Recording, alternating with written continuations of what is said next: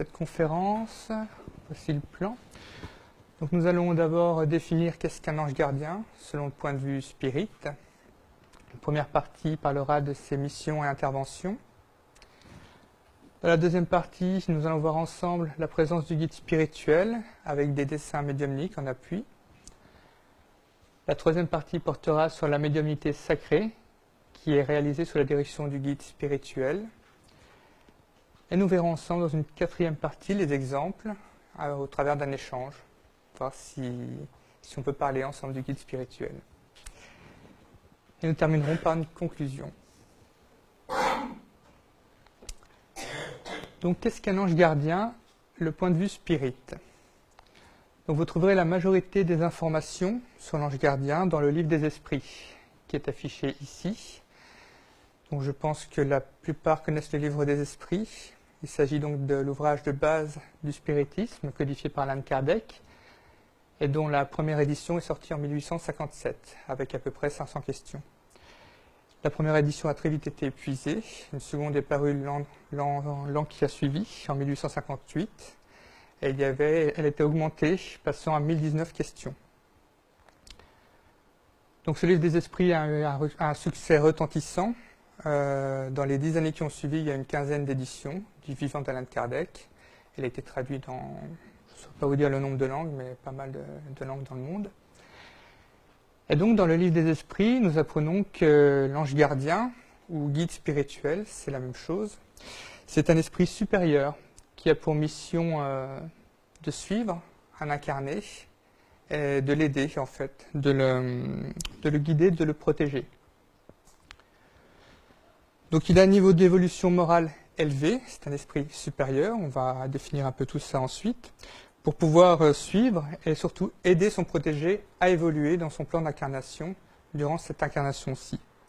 Donc on parle d'ange gardien des religions parce que c'est un esprit très évolué et parce qu'il a cette fonction d'assistance et de protection, mais ce n'est pas l'ange en tant que tel qui est décrit dans les religions en tant qu'esprit créé parfait par Dieu. Le spiritisme nous apprend que Dieu a créé tous les esprits simples et ignorants à la base. Donc c'est un esprit qui a progressé, qui a énormément évolué. Et comme Dieu a créé de toute éternité, en fait, avant même la création de la Terre, il a existé des esprits qui étaient déjà très évolués et qui sont même au stade de purs esprits, c'est-à-dire qui n'ont plus besoin de s'incarner. Donc c'est pourquoi les hommes ont pu prendre ces esprits pour des êtres à part, mais en vérité, ce sont vraiment des esprits évolués, des esprits qu'un jour, nous aussi, nous deviendrons.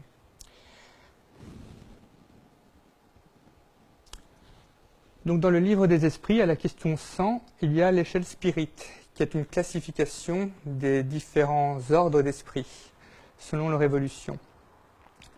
Donc il y a un premier ordre, qui a une classe unique, ce sont les purs esprits. Donc ce sont des esprits qui sont si évolués qu'ils n'ont plus besoin de s'incarner, en fait. Ils vivent vraiment de la vie de l'esprit. Dans le second ordre, on trouve plusieurs classes, et la deuxième, celle qui est au sommet de cet ordre, c'est la classe des esprits supérieurs. Donc ils ne sont pas encore purs esprits, ils ont encore besoin de s'incarner, mais sur des mondes supérieurs, parfois sur des planètes d'expiation comme la Terre, dans des missions spécifiques, mais ce sont des esprits qui ont déjà un niveau d'évolution très, très évolué.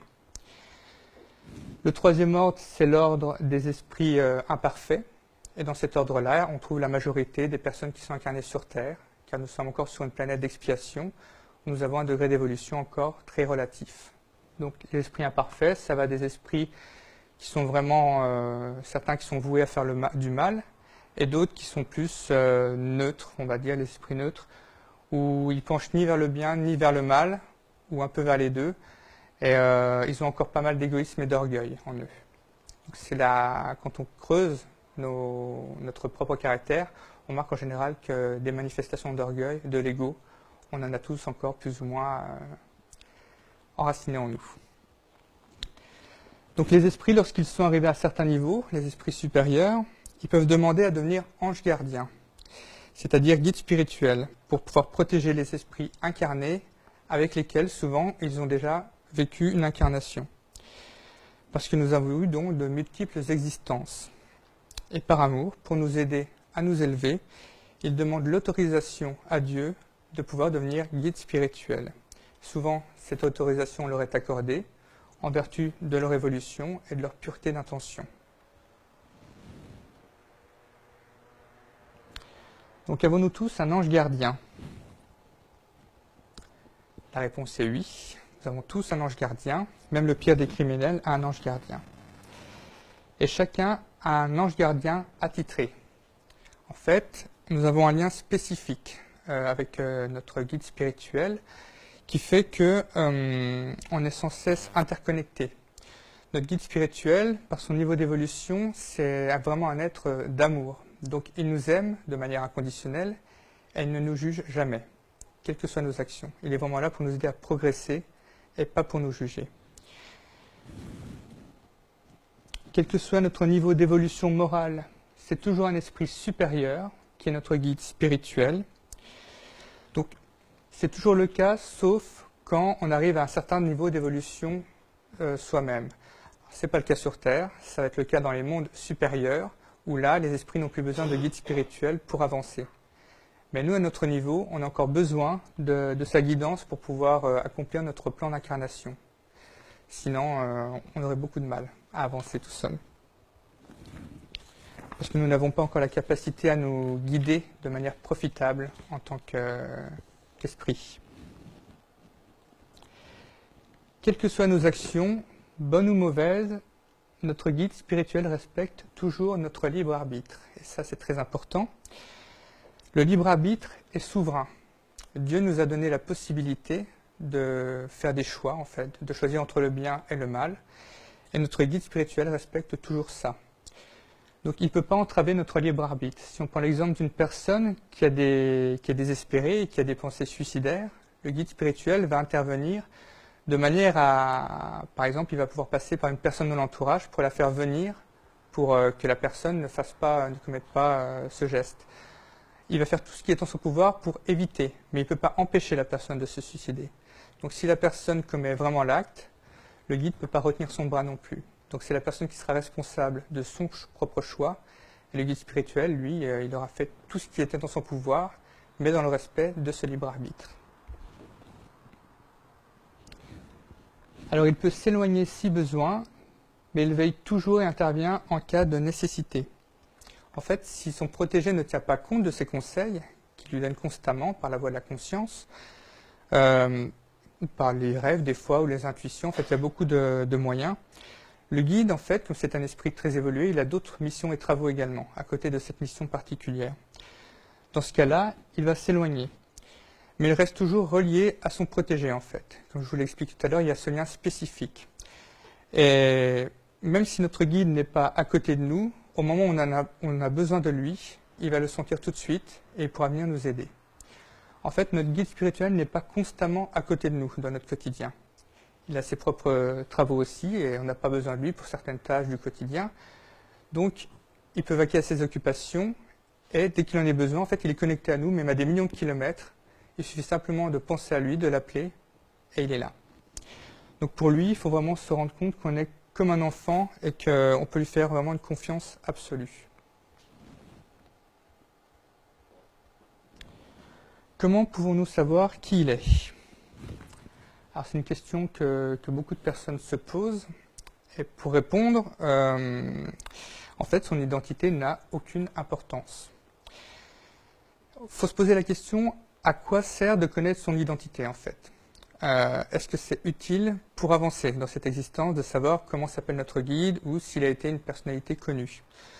Est-ce que c'est par curiosité? Est-ce que c'est par l'orgueil de savoir qu'on a un guide spirituel qui porte tel nom? En fait, il faut vraiment se poser la question parce que les esprits supérieurs ne font rien d'inutile. Et la question de la personnalité n'a pas vraiment d'importance pour eux parce qu'ils se sont dépouillés justement de cet orgueil et de cet égoïsme qu'on a encore ici-bas. En fait, savoir qu'il nous aime et apprendre à l'aimer est l'essentiel. En apprenant à comprendre son rôle, on apprend à l'aimer et c'est comme ça qu'une relation se tisse avec notre guide spirituel. Il est important de faire cet effort de l'aimer afin de pouvoir nous connecter de manière plus forte avec lui. Et plus on va augmenter nos vibrations par l'amour qu'on lui porte, et plus on pourra ressentir son action sur nous. Lorsque nous étudions pour évoluer, il peut faire ressentir sa présence. Alors, ici, les questions d'ouvrages spirituels, pas forcément spirit, mais on parle de l'étude d'ouvrages d'autres spiritualités, religion ou spirit, peu importe. L'important, c'est que ce soit une nourriture qui soit bonne pour l'âme, qui permette de travailler à notre propre, à élargir notre compréhension et à progresser. Et en fait, à ce moment-là, il est là pour nous aider à comprendre ce qu'on est en train d'étudier, à assimiler ces enseignements et parfois les mettre en pratique également. Il en est de même lors de l'examen de conscience ou de la prière. Ce sont vraiment des moments privilégiés où on élève nous-mêmes nos vibrations par la nature des activités qu'on est en train de réaliser et qui nous permettent en fait de nous rapprocher de lui et de mieux ressentir sa présence également parfois. Parfois, des communications médiumniques reçues dans un centre spirit peuvent révéler son identité, toujours dans un but utile. Alors toujours dans un but utile, c'est très important à souligner. Le plus souvent, le guide spirituel, c'est un esprit qui a des similitudes de goût et de caractère avec nous. Dans des précédentes incarnations, il a pu avoir le même type d'existence, le même type d'épreuve. Et en fait, quelque part, le guide spirituel, c'est comme un esprit qui nous ressemble dans les grandes lignes, mais sans les défauts. C'est comme une version améliorée de nous, quelque part, et donc qui nous comprend vraiment dans ce parcours qu'on traverse. Et donc ça, c'est un témoignage de la bienveillance divine, de permettre qu'un esprit évolué comme ça puisse être auprès de nous pour nous aider. Certains médiums connaissent l'identité de leur guide spirituel, mais ça reste relativement rare. Ça n'est qu'après un certain nombre d'années de travail, médiumnique en l'occurrence, et donc dans un but utile. Ça permet notamment de fortifier aussi cette connexion qu'on a quand on travaille la médiumnité avec le guide spirituel. Savoir comment on l'a rencontré ou qui il est, ça permet vraiment de se rapprocher un peu plus de lui dans le cadre de ce travail-là.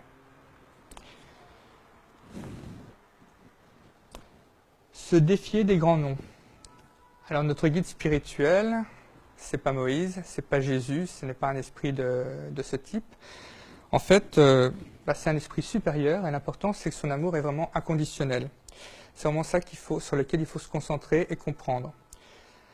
Il ne faut pas chercher à aller savoir son nom en allant voir, chercher chez des voyants ou autres comment il s'appelle. Ça ne sert à rien en général, ce sont des esprits inférieurs qui viennent répondre à ce genre de questions.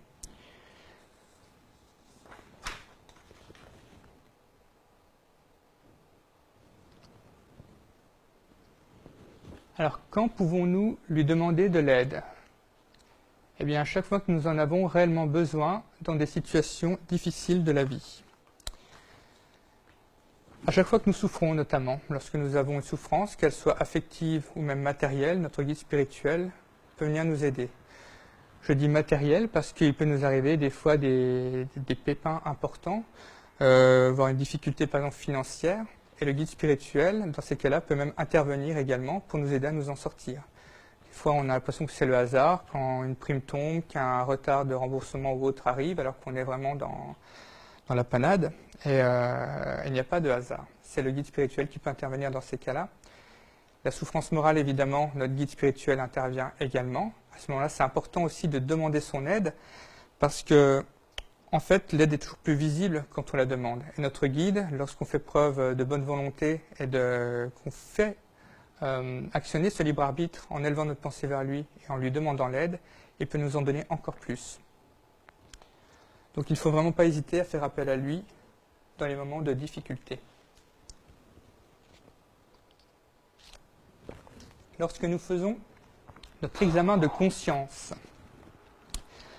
Alors lorsqu'on fait notre examen de conscience, pour rappel, l'examen de conscience, c'est un bilan qu'on fait, au mieux quotidiennement, de notre journée pour pouvoir repérer certains éléments de notre journée, certains traits de notre caractère à ce moment-là, pour pouvoir essayer de travailler dessus. Et dans ce cas-là, notre guide peut attirer notre attention justement sur des éléments qu'on ne va pas voir dans l'examen de conscience. D'où l'intérêt vraiment de l'appeler par une prière avant pour qu'il nous aide à faire ce travail. Il peut aussi se présenter dans nos rêves pour nous apporter parfois des solutions. Donc il est aussi là pour nous orienter dans notre travail de réforme morale. Lorsque nous faisons des efforts pour nous améliorer, donc par exemple, si on prend des personnes qui viennent dans un centre spirit pour demander une aide par rapport à une obsession, une fois que l'aide a été donnée par les bons esprits pour éloigner les esprits obsesseurs, on leur explique que le gros du travail reste à faire. C'est à elles en fait de faire les efforts pour continuer, pour justement faire ce travail, pour que les failles qui ont permis l'approche des esprits obsesseurs, qu'elles travaillent dessus pour plus que ça se répète en fait. Parce que la désobsession en soi, c'est une action, mais si on continue à attirer ces esprits, ils risquent de revenir sans cesse. Donc il y a vraiment ce travail de réforme morale qui est important à continuer. Et dans ce cas-là, le guide, vraiment, nous donne beaucoup plus d'aide. On est toujours soutenu quand on fait preuve de bonne volonté, en fait. Lorsque nous nous sentons découragés, alors ça peut arriver à tout le monde. Des fois, on donne, on n'en peut plus, on est un petit peu au bout du rouleau. Et des fois, c'est pareil, on peut se réveiller un matin dans ces périodes-là et sentir que tout va bien, on se sent avec la patate du jour au lendemain, on ne sait pas d'où ça vient.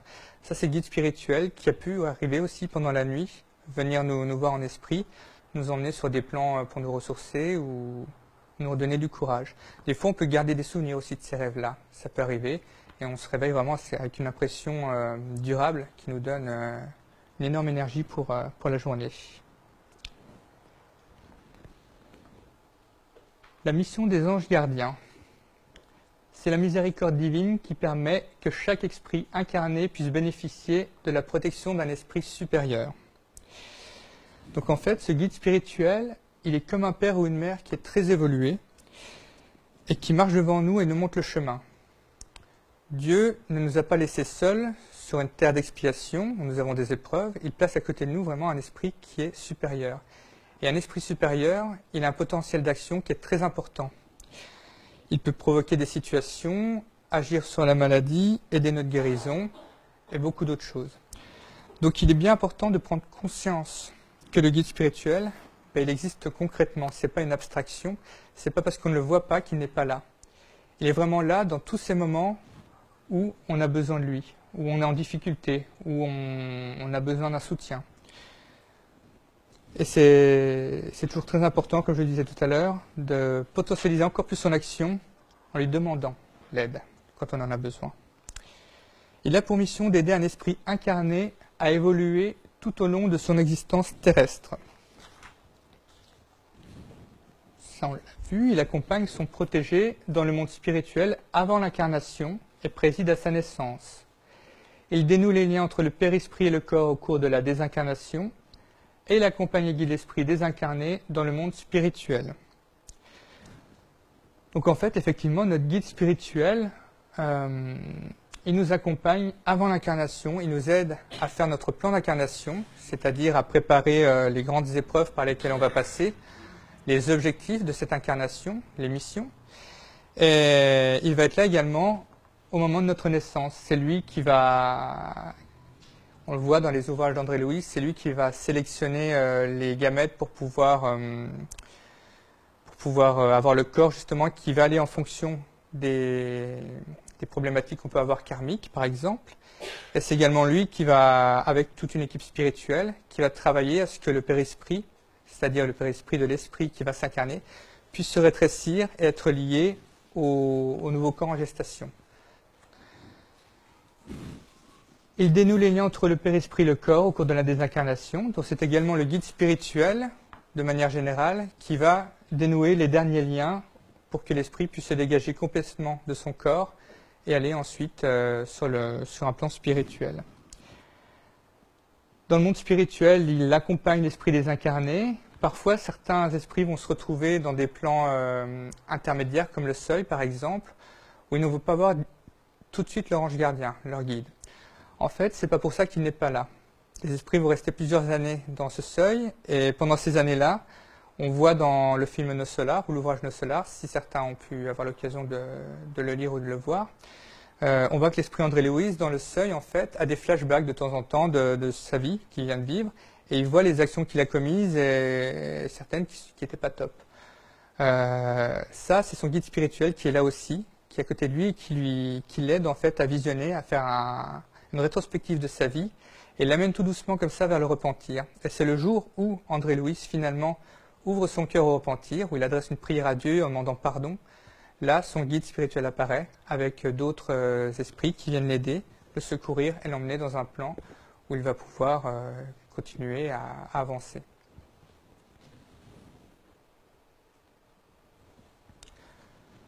Le rôle des anges gardiens, donc son action échappe à nos sens.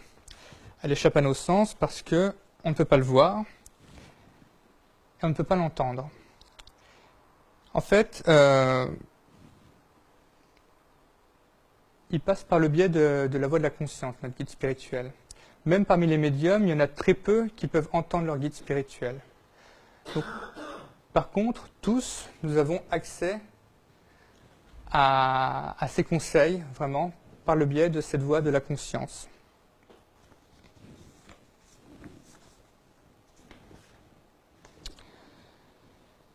Et cette voie, évidemment, il nous revient de l'écouter ou non.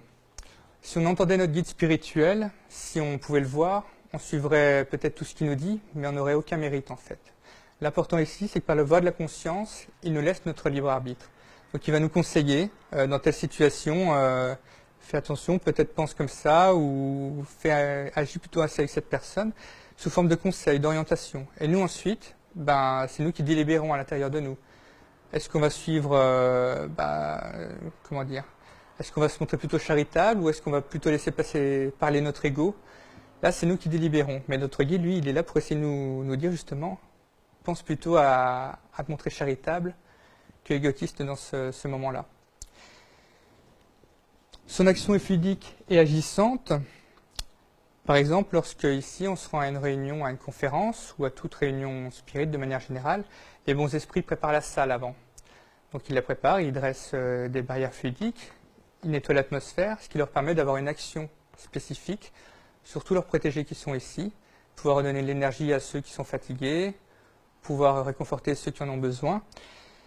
Et ça leur permet en fait d'agir vraiment sur les entraves extérieures. Donc son action, même en dehors d'ici, elle est toujours agissante, mais dans certaines réunions comme celle-ci, où il y a vraiment une ambiance spirituelle qui est épurée, ça permet vraiment peut-être de potentialiser également leur action. Il agit dans certaines situations cruciales de notre vie, et il peut nous soustraire au danger. Alors si on est imprudent et qu'on risque un accident, notre guide spirituel peut intervenir également. Il peut nous empêcher d'avoir un accident, par exemple. Cela dit, si on est dans une phase, si on est dans une mentalité justement suicidaire ou qu'on prend vraiment des risques inconsidérés, là c'est autre chose. Mais s'il s'agit d'un accident qui n'est pas prévu dans notre plan d'incarnation, qu'il y a, je sais pas, quelqu'un qui perd le contrôle de son véhicule et qui s'apprête à nous renverser, il va faire en sorte que on réchappe de cet accident. Peut-être que ça peut arriver à des personnes ici, on pourra en reparler après lors des exemples. Il influence notre pensée et nos actions vers le bien dans le respect du libre arbitre. Donc pour prendre une décision difficile, il peut nous orienter en nous laissant toujours notre libre arbitre, comme ça a été vu. Il ne faut pas hésiter à élever ses pensées vers lui à ce moment-là.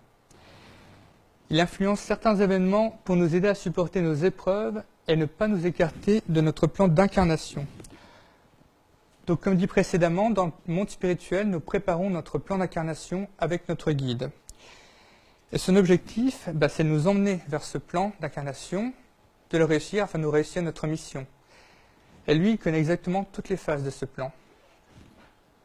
Donc, il peut faire en sorte, comme dans l'exemple d'un accident ou autre, il peut faire en sorte qu'on aille vraiment au bout de ce plan et nous orienter dans ce sens. L'intervention dans le monde corporel. Donc notre guide spirituel, il conseille, influence par le biais de la conscience, toujours dans le sens du bien. Donc ça, nous l'avons vu. Il passe par la voie de la conscience. Il préside au développement de la médiumnité de son protégé. En fait, lorsque l'on travaille à la table et qu'on travaille la médiumnité, on appelle toujours son guide spirituel. Un médium, par définition, ne travaille jamais seul. Il travaille en collaboration avec les esprits. Et c'est le guide spirituel qui est là, en fait, qui va permettre cette collaboration. Il va agir sur les mécanismes médiumniques afin que les travaux puissent se dérouler dans les meilleures conditions. Lorsqu'il y a un exercice de psychographie, par exemple, c'est lui qui dirige ce travail. Lorsqu'il y a un exercice d'incorporation, c'est lui qui va également faire en sorte que le périsprit du médium soit dégagé légèrement et que l'esprit qui vient se communiquer, si c'est un esprit inférieur, par exemple, et se rapprocher pour que leurs deux périsprits entrent en contact et que les mécanismes puissent se mettre en place pour qu'il y ait communication.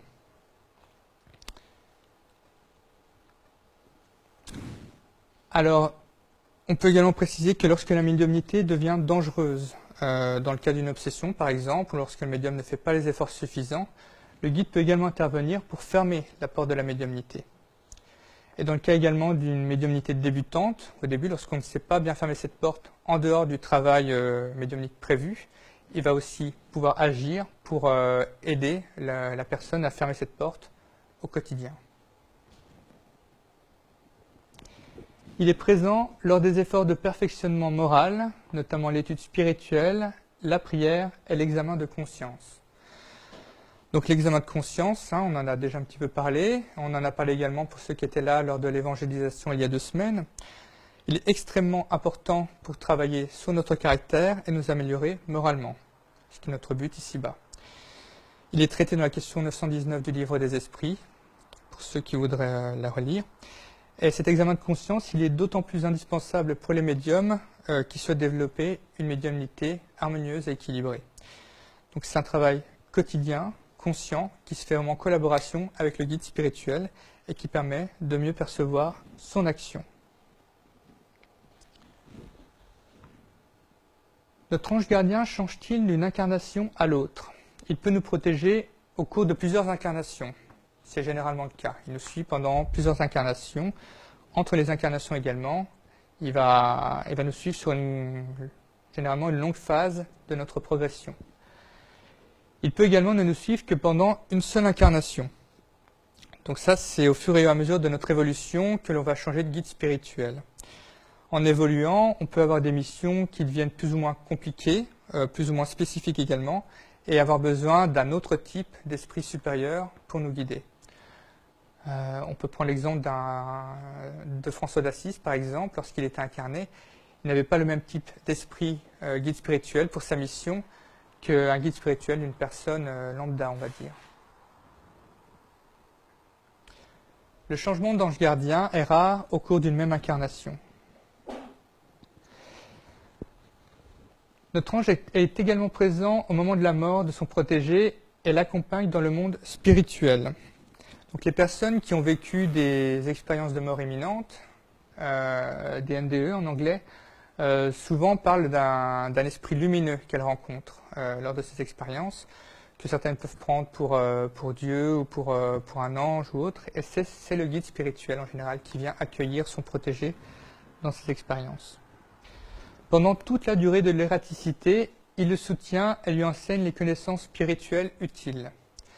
Alors l'ératicité, il faut préciser qu'il s'agit de l'intervalle entre 2 incarnations. C'est pas que l'esprit se trouve à errer sans but, pas du tout. En fait, ça concerne tous les esprits qui sont désincarnés, à l'exception faite des purs esprits, puisque même n'ont plus besoin de s'incarner. En fait, dans l'ouvrage Le Coma, un voyage entre terre et ciel, justement, pour illustrer ça, on voit que le guide spirituel de la personne qui est dans le coma, Yves, l'emmène justement dans une école spirituelle, lui enseigner des choses avec d'autres esprits. On retrouve également ces écoles beaucoup dans les ouvrages d'André Louis.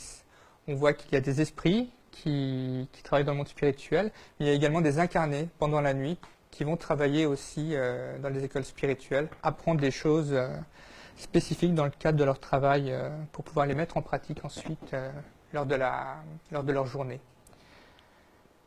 Il l'aide à choisir les grandes lignes de sa future réincarnation, puis préside à son retour dans le monde corporel dans lequel il le suit. En fait, le guide spirituel est vraiment entre 2 mondes. Il est entre le monde physique et le monde spirituel.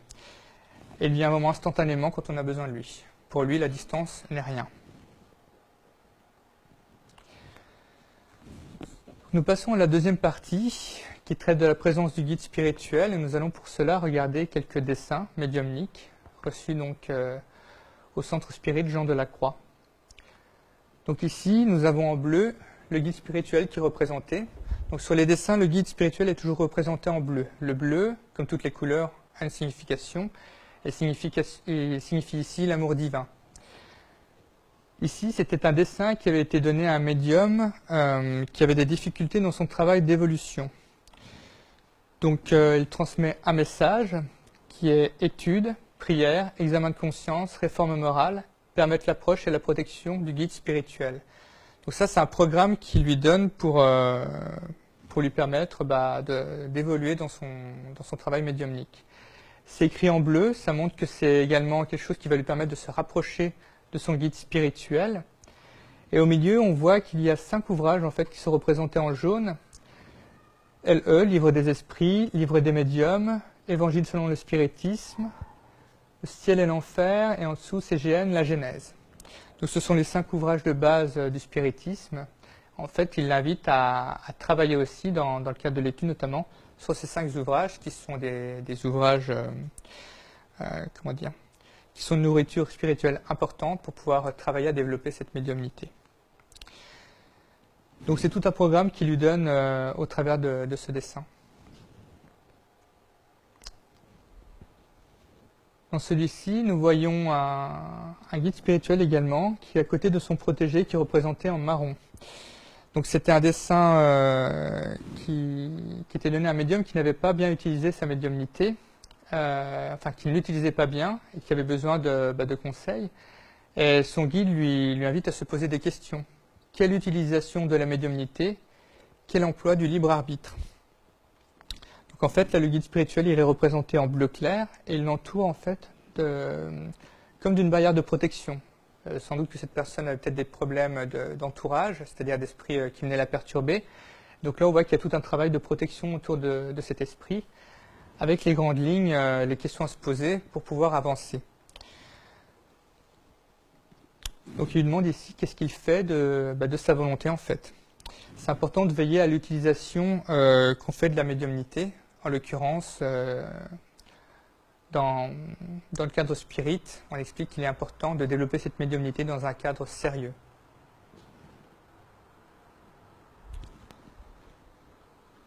Ici, je ne sais pas si on voit bien, c'est peut-être un peu clair.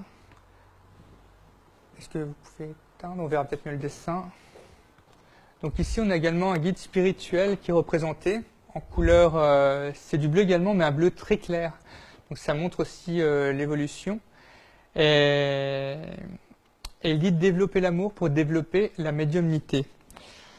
Donc en fait, ici la médiumnité, elle est représentée par une fleur, avec une toute petite feuille en bas et une tige assez droite. Donc c'est une fleur qui n'est pas encore développée.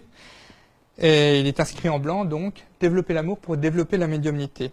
Donc il lui explique que la médiumnité, c'est avant tout de l'amour. Et sa médiumnité à cette personne ne sera pas développée tant qu'elle ne développera pas cet amour en elle avant. Donc il y a un rapport étroit entre ce travail de développement médiumnique et le travail aussi de certaines qualités morales. En tout cas dans le cadre d'une médiumnité telle qu'on l'entend ici. Ici, ce dessin représente un plan inférieur où s'est retrouvé un esprit qui s'était suicidé. Donc on le voit ici au centre. Et juste à côté de lui, très proche, on voit son guide spirituel qui est là et qui lui porte secours. Donc on voit qu'il est noté en haut aide spirituelle en bleu, donc la couleur de l'amour divin. Et en fait, c'était lors d'une réunion d'aide spirituelle où cet esprit a pu être aidé par les bons esprits. Et on voit à côté 2 esprits qui sont là, qui étaient les esprits qui l'influençaient, qui l'obsédaient. Donc là, on voit qu'ils sont écartés. Et tout autour également, il y a du jaune qui est associé aux prières. Donc c'est l'aide aussi que les prières peuvent avoir dans ce genre de situation. Et le guide peut aussi se servir de toute cette aide pour la potentialiser et aider à dégager à repousser les esprits inférieurs qui sont en train d'obséder cet esprit. Donc là, c'est un plan de souffrance. En rouge, on voit qu'il y a une souffrance spirituelle très importante.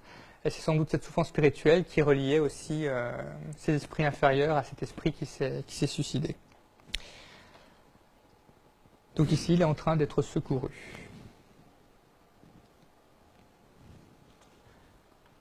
Sur ce dessin, on voit un guide spirituel qui dit également « Équilibre la médiumnité avec l'amour divin ».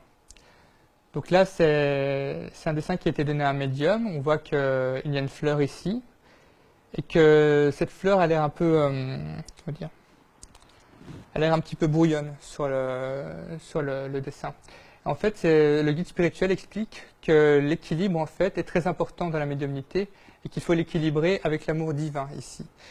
Donc, la difficulté souvent dans la médiumnité, c'est l'équilibre, parce qu'on a tous des hauts et des bas, et que les hauts et les bas, des fois, ça peut prendre de l'ampleur, et ça se répercute sur la médiumnité. Donc ici, il invite son protégé, au travers de ces hauts et de ces bas peut-être, à se tourner vers l'amour divin. Donc on en revient à la médiumnité sacrée, qui est au service de Dieu. Et on voit que l'amour pour le guide spirituel et pour Dieu sont fondamentaux et permettent d'évoluer plus vite.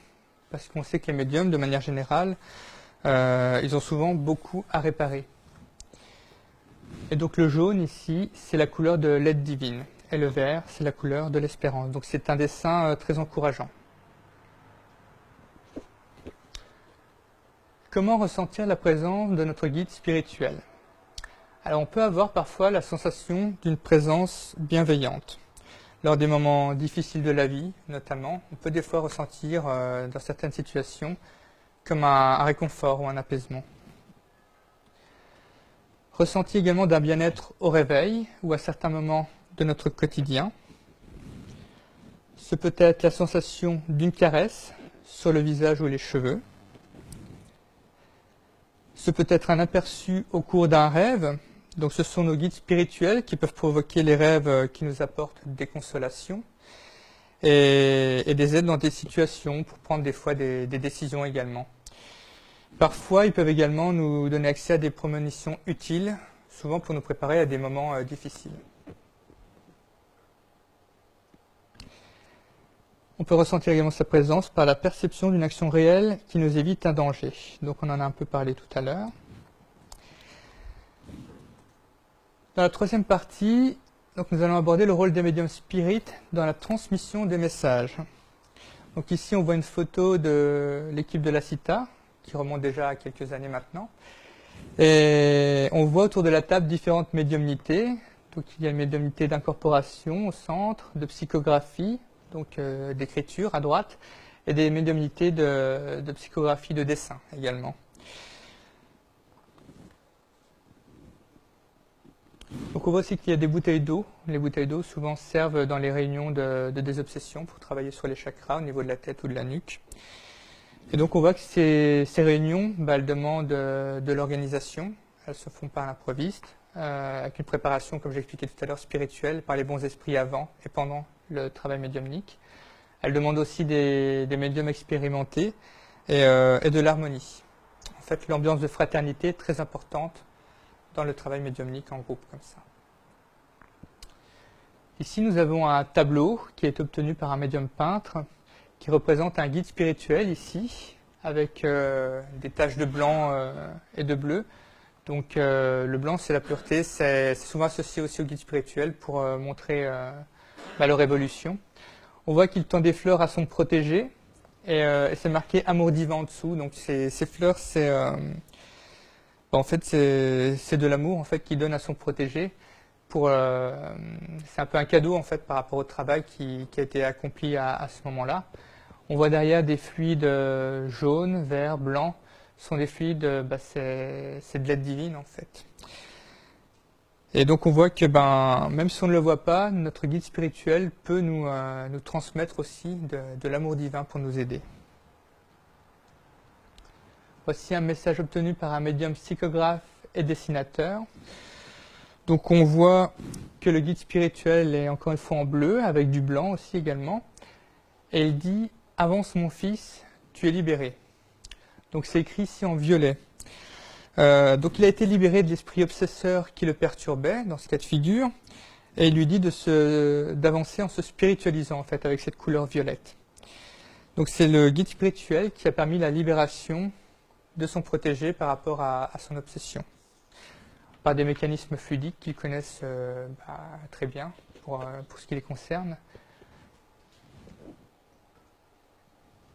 Voici un message obtenu par un médium à incorporation.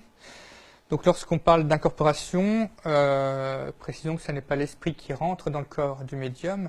Comme j'explique un petit peu tout à l'heure, il se rapproche en fait du père-esprit du médium qui est dégagé. Et c'est lorsque leurs deux père-esprits rentrent en contact qu'il y a un travail du guide spirituel pour faire entrer les mécanismes d'incorporation en action. Donc à ce moment-là, le médium va pouvoir transmettre les pensées, les paroles de l'esprit par la voix. Et donc ici, il dit « Mon fils, nous t'avons conduit ici pour que tu puisses de tes yeux et avec ton cœur et ton âme ressentir les présences spirituelles, les sensations bienfaisantes que procurent les bons esprits, afin que tu comprennes que le spiritisme, c'est avant tout et surtout la consolation. C'est avant tout et surtout aimer, travailler pour consoler les affligés, et pour te montrer aussi que la médiumnité est sacrée. »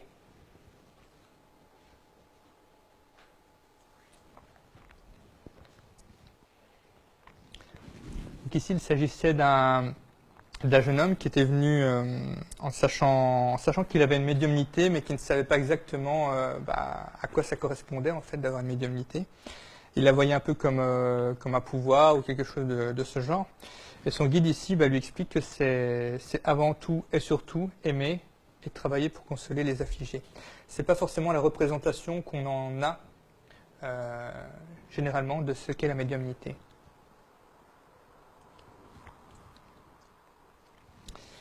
Ici, c'était pour une personne qui souffrait beaucoup et qui était venue demander de l'aide. Le guide spirituel, donc ici c'est un esprit supérieur qui se communique, hein, c'est pas un esprit inférieur. Tout à l'heure je parlais de l'incorporation par un esprit inférieur. Les esprits supérieurs ont d'autres mécanismes pour se communiquer par l'incorporation. Ils peuvent le faire en irradiant en fait. Ils n'ont pas besoin d'être juste à côté, ils peuvent le faire de plus loin. Et ici son guide spirituel lui dit « Va ma fille sur la route ardue que tu as choisi de suivre. Je marche devant toi, écartant les ronces du chemin. Ne crains rien, je suis là, je veille. Appelle-moi lorsque tu sentiras la défaillance, je te soutiendrai et te porterai. Alors ne crains plus rien, car je veille sur toi à chaque instant. » Donc il lui fait comprendre que ces épreuves très douloureuses, en fait, c'est elle qui les a choisies. Elle l'encourage à marcher, lui dit qu'il est là et qu'il va déblayer les épreuves, en fait, pour l'aider à avancer. Il lui dit aussi de l'appeler lorsqu'elle défaille, en fait. Donc c'est très important, comme ça a été dit tout à l'heure, il ne faut surtout pas hésiter à appeler son guide lorsqu'on a des difficultés, comme cette personne ici. Et le guide nous aide toujours, mais lorsqu'on va mettre en action notre volonté d'être secouru et de nous secourir nous-mêmes, notre guide va pouvoir nous aider beaucoup plus.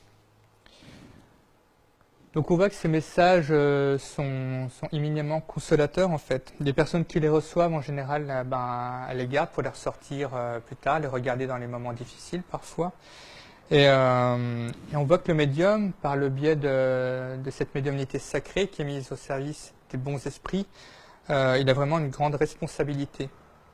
D'où l'importance de faire le travail de réforme morale et d'examen de conscience qui va avec, pour pouvoir mériter d'avoir un accompagnement spirituel qui lui permette de travailler dans de bonnes conditions. Sinon, il y a des risques que ce soit des esprits inférieurs qui viennent se communiquer en lieu et place des bons esprits, qu'il y ait des messages donc mystifiés, ou même des fois de l'animisme. Donc en conclusion, l'ange gardien, qui est un esprit supérieur, voit au-delà et connaît le programme d'incarnation de son protégé. Son but ultime est que son protégé suive la route qu'il a choisie avant de s'incarner. C'est vraiment ça l'important qu'il faut retenir. Son objectif sera de l'aider du mieux possible, cependant son aide est soumise au libre arbitre, à la volonté et aux efforts de son protégé. Donc gardez en mémoire aussi toujours que aide-toi, le ciel t'aidera. Faut lui donner les moyens à notre guide de pouvoir nous aider. Il faut y mettre du nôtre. Il n'est pas là pour faire notre place. Le guide spirituel est heureux à chaque fois que son protégé progresse sur la route du bien. Et même si c'est un esprit très évolué, lui aussi, il progresse par rapport à ses propres travaux, ses propres missions. Donc, chaque fois que nous on progresse, on l'aide aussi à progresser à son niveau d'esprit supérieur.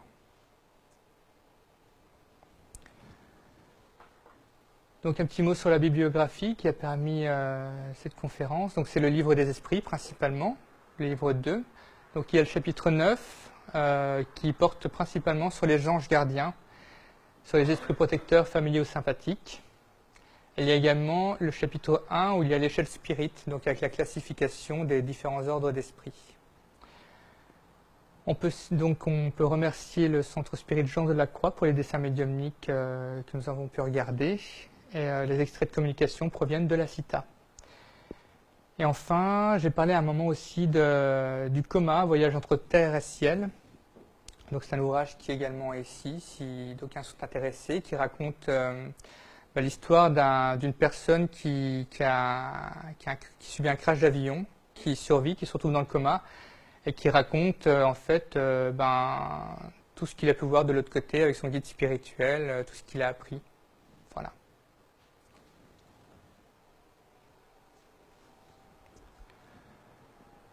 Donc, je vous remercie pour votre attention, pour vos partages également.